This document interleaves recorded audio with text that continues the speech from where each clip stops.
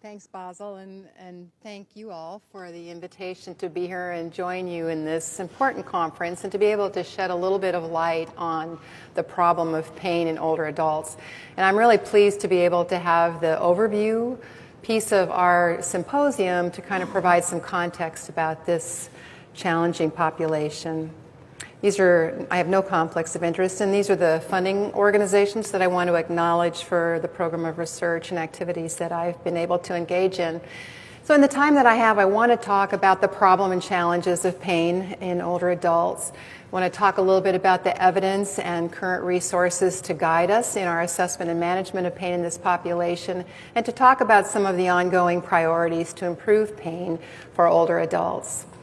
I'm sure most of us are aware about the aging of our population, but I like this graphic which illustrates the baby boomers and how they're moving into the older age group. And on the last slide, you can see we're there, almost there, but the population of older persons is now moving from 1 in 8 to 1 in 6. So that means there's more people in society and more people in our healthcare systems that are aging and are going to be facing some of the challenges that we're going to be talking about today. Why this is important is to consider the prevalence of pain across the lifespan. You can see here when you look at the 60 and older population, they experience the highest prevalence of pain, and most likely due to the multiple comorbidities such as were illustrated in Jasmine's talk that are common in aging.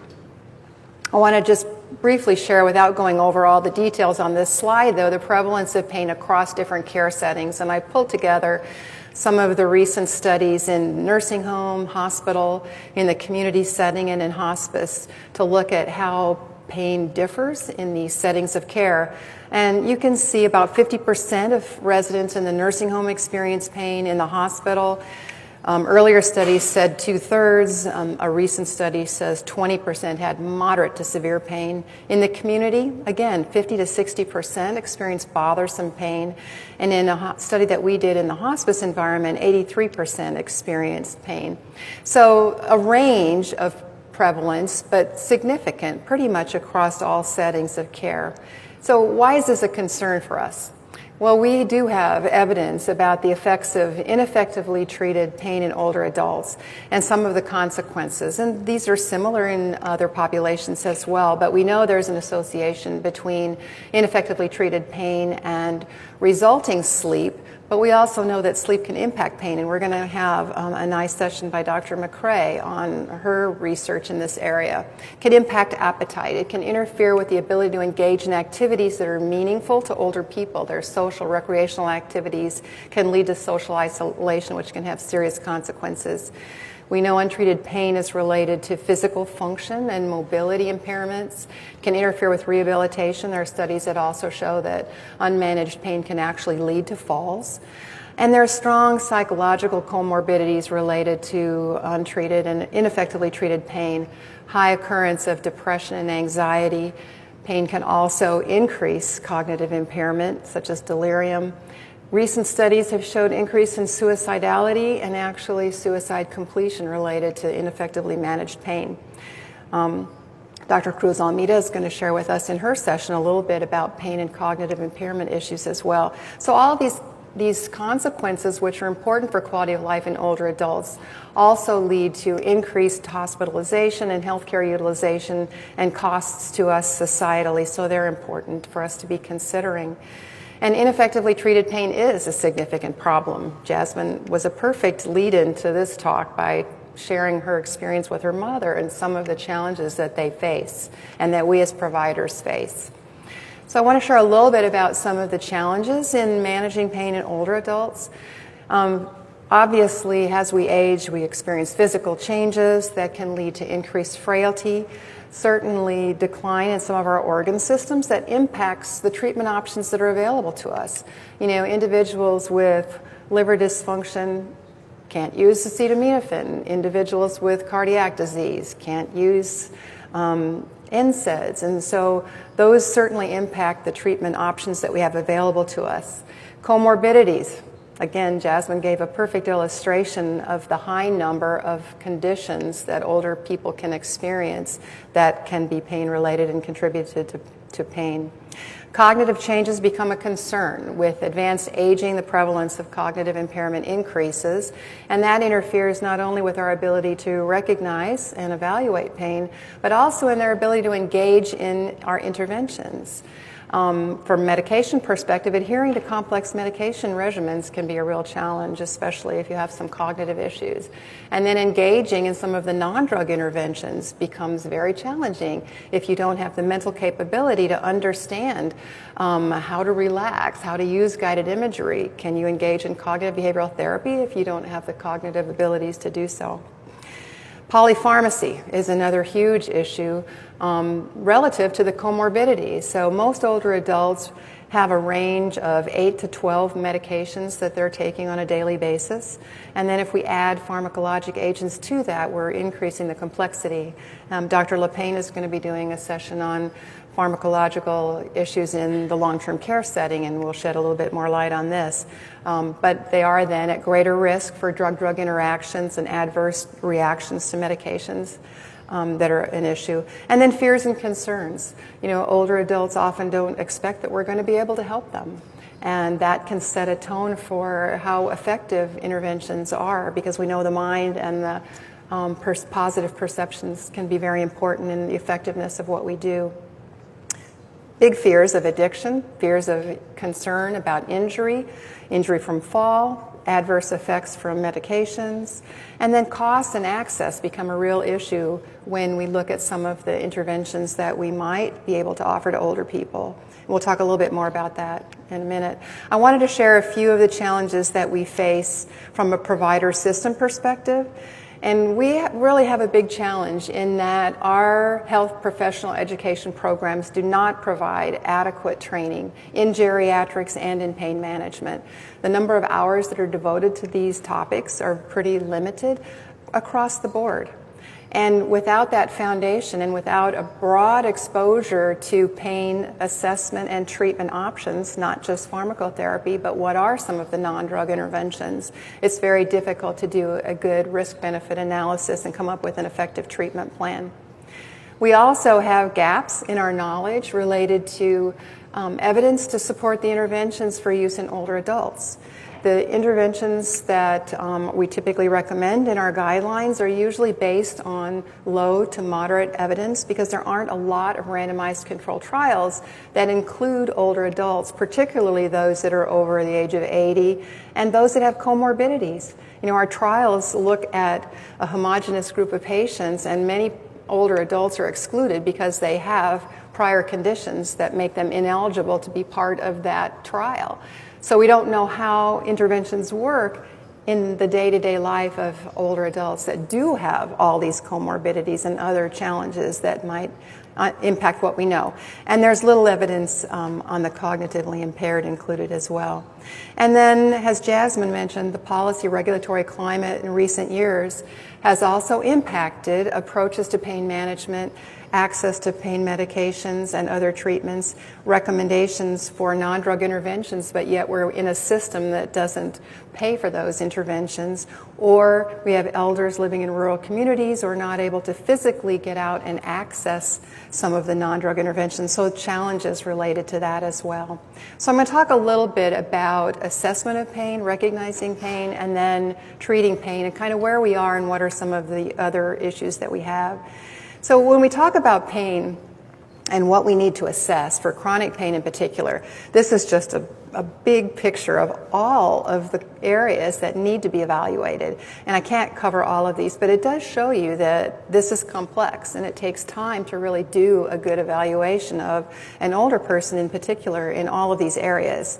I'm going to just be able to highlight some of the tools that we have evidence for using in older adults to help recognize and evaluate the severity and functional aspects of pain. I wanted to share a little bit about some of the earlier funded work that we did. And in the beginning of my research program, I needed to establish that we have reliable and valid tools for assessing pain in older adults. These are pain intensity scales. that are appropriate for use in older adults, and we developed the Iowa Pain Thermometer on the left as a way of creating a tool that could help with older persons having trouble with abstract thinking, that as they consider temperature rising, pain increasing, it might be more useful. I want to make a comment based on some discussion yesterday about pain intensity scales and how bad they are. Pain intensity scales aren't the problem, and using these is one way that we gather objective information, subjective from the patient, but an objective way to evaluate it on one aspect of the pain experience. And it is important, and it does help guide us in understanding what our patients are experiencing. And I do believe in patient self-report and learning what the patient's perception of their pain is, because they're the ones that are experiencing it. And so we do need to use tools. I just wanted to share a follow-up study. We adapted this for clinical use so that it could fit well into the documentation system of the hospitals. And so it integrates both a verbal descriptor scale and a thermometer. And this tool actually was preferred over other pain scales in the sample that we tested, including cognitively impaired with mild to moderate cognitive impairment in both Caucasian and African American samples. So that's intensity, but it's one piece of the puzzle. And what's really important is, how does pain at a certain level of intensity impair function and ability to engage in the important activities of one's life? I'm just going to share a couple of examples. There's a number of different tools that are available, but this is the PEG, which was a scale developed by the VA system, and it's really just 3 items from the brief pain inventory that is valid and reliable in older adults. And so it touches on enjoyment of life and general activity and how pain interferes with those things. Another approach is the functional pain scale, and this is one that links pain severity with tolerability. How does pain at this level allow you to engage in activities, active and passive activities? And it's been adapted and is being used at Mass General in this format. So combining assessment of severity and function, I think, gets us to a better place in looking at where we need to go. Now I want to shift to the more challenging older adult population and most vulnerable, and that's those with dementia. And as we know, dementia is a progressive disease that impacts cognitive function. It's irreversible, and it increases in prevalence with age. Also, we know that there is a high incidence of pain in people with dementia, about 50%, and that prevalence doesn't differ based on the subtype of dementia. We also know that older people that have dementia have the same number of diagnoses and conditions that we know are painful in a cohort of older adults that are cognitively intact. And we have not found evidence to suggest that older people with dementia do not experience pain from those conditions. So we really have to be advocates for this population and anticipate pain and be proactive in evaluating the possibility of that. But pain is difficult to recognize and to assess and measure in this population.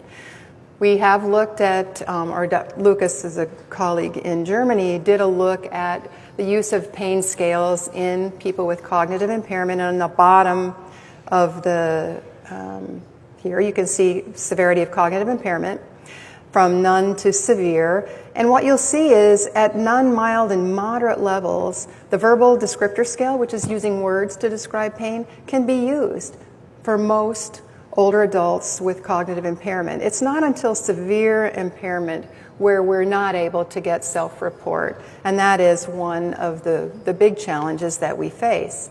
Now, we wish that there were a valid physiological way to measure pain in this population, since they often can't tell us what they're experiencing.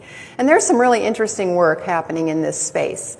You know, functional magnetic resonance imaging has been used to identify changes in the brain with pain. Some colleagues have looked at serum biomarkers, neuropeptides in the blood that have been associated with low back pain.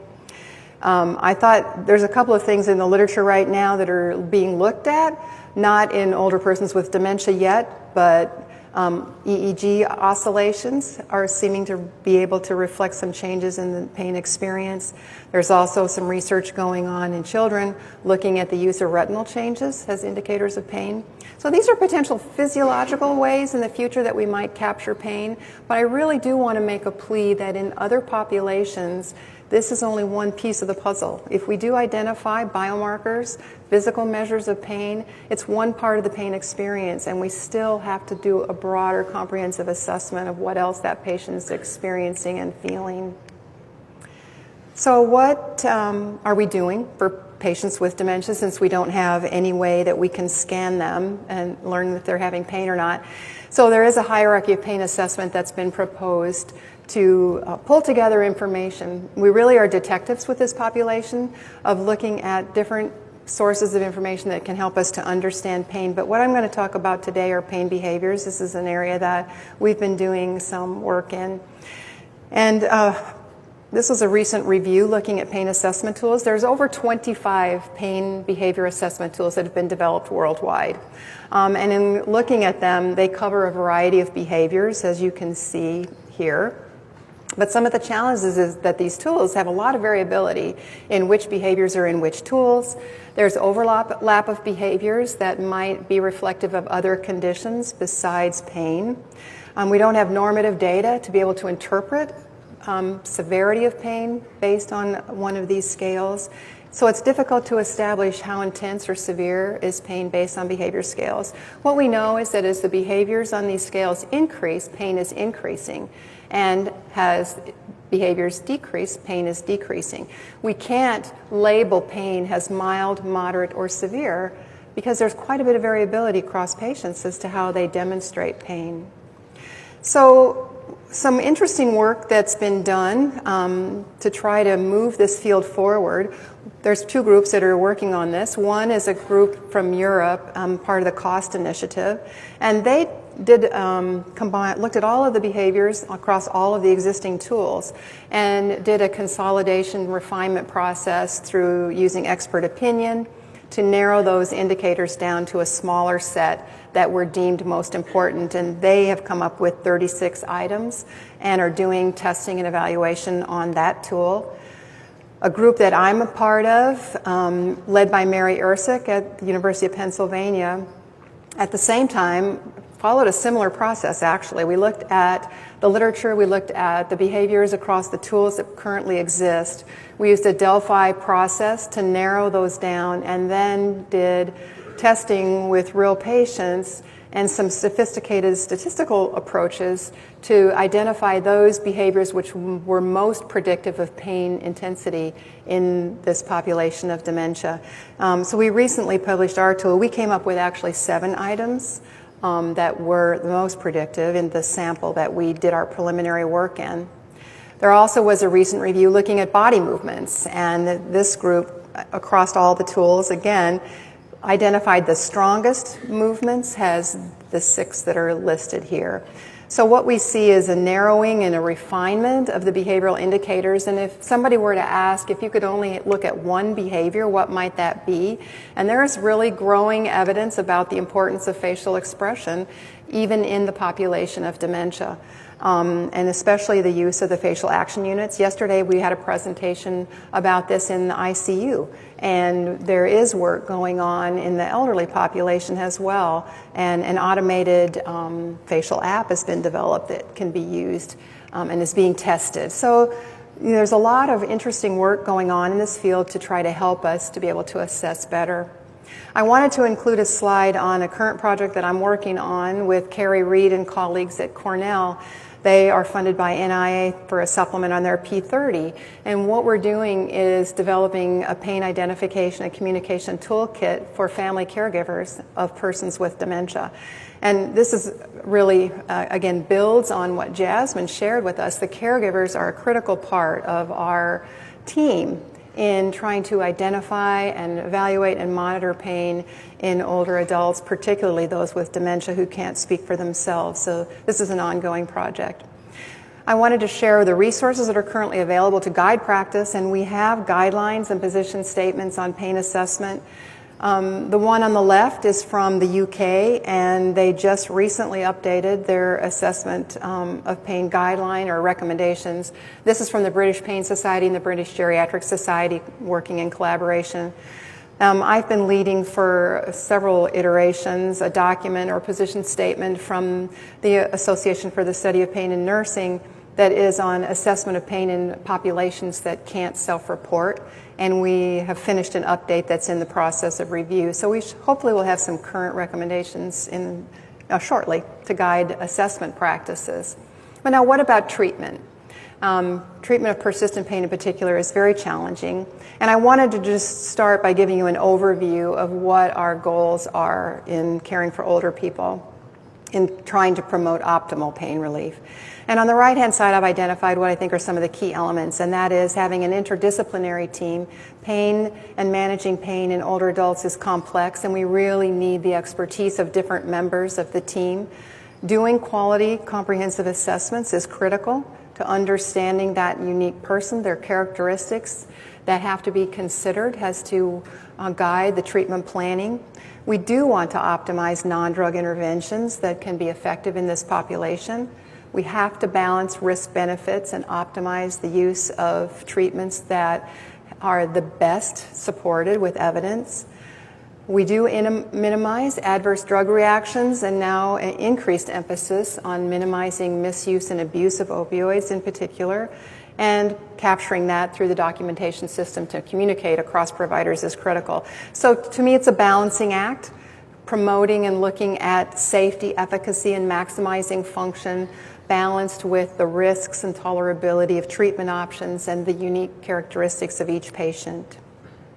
So recently, guidelines have been released, and Jasmine made mention of these as well, by a number of bodies that were in response to the opioid crisis and trying to rein in inappropriate prescribing practices so that opioids are used appropriately. And we have the CDC guidelines, the VA came out with guidelines also restricting and narrowing the use of opioids. The ACP and the Joint Commission have also promoted recommendations to focus on non-pharm options. In older adults, I just want to share a little bit about what we do have available for caring for older adults. This slide highlights some of the physical and cognitive behavioral interventions that have been evaluated for use in older adults. Exercise and cognitive behavioral therapies probably have the strongest research with more randomized controlled trials. But some of the other ones are starting to grow in evidence base. The problem is with most of the studies that have been looking at non-drug interventions in older adults, again, you have a pretty narrow group or sample that we're evaluating these on, and so whether or not they work across the broad population of older adults, particularly those with cognitive impairment, as you can imagine, can be a challenge, and we need more studies in that area to try to guide us. I just am sharing a couple of studies here to show that there are ongoing randomized controlled trials to inform our evidence base for non-drug intervention use in older adults. But if you look at the studies that have been conducted to date, when you look at the effectiveness of their intervention, of these interventions on pain and function, there's typically small to moderate effects. There's little been done on long-term effectiveness. Chronic pain is going on and on. It doesn't end in a couple of days or 3 days or a week.